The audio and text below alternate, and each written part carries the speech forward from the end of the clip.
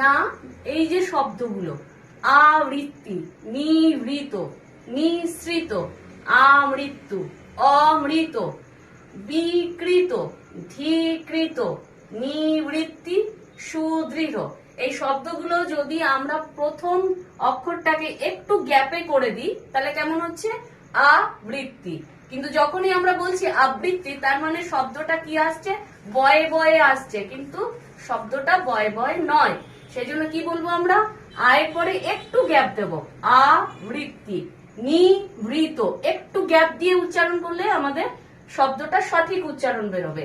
নিবৃত, নিঃসৃত, ঠিক আছে? আবার আমৃত্যু, অমৃত, বিকৃত, ধীকৃত, নিবৃত্তি, সুদৃঢ়। তাহলে আমরা যদি এটাকে সু একটু গ্যাপ দিয়ে বলি, তাহলে যদি না বলি তাহলে কি হচ্ছে? সুদৃঢ়, দয়ে দয়ে হয়ে যাচ্ছে, তাই তো? সুদৃঢ়, তাই কি শব্দটা নয় তো? তাহলে কি হচ্ছে? সুদৃঢ়।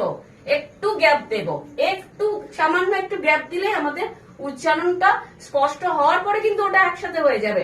আমি এখন যেমন বলছি আবৃত্তি, নিবৃত্তি, কিন্তু তোমাদের প্রথম যখন একটা অভ্যাস শুরু করবে তখন সেটা একটু গ্যাপ দিয়ে শুরু করব। আবৃত্তি, নিভৃত, নিঃসৃত,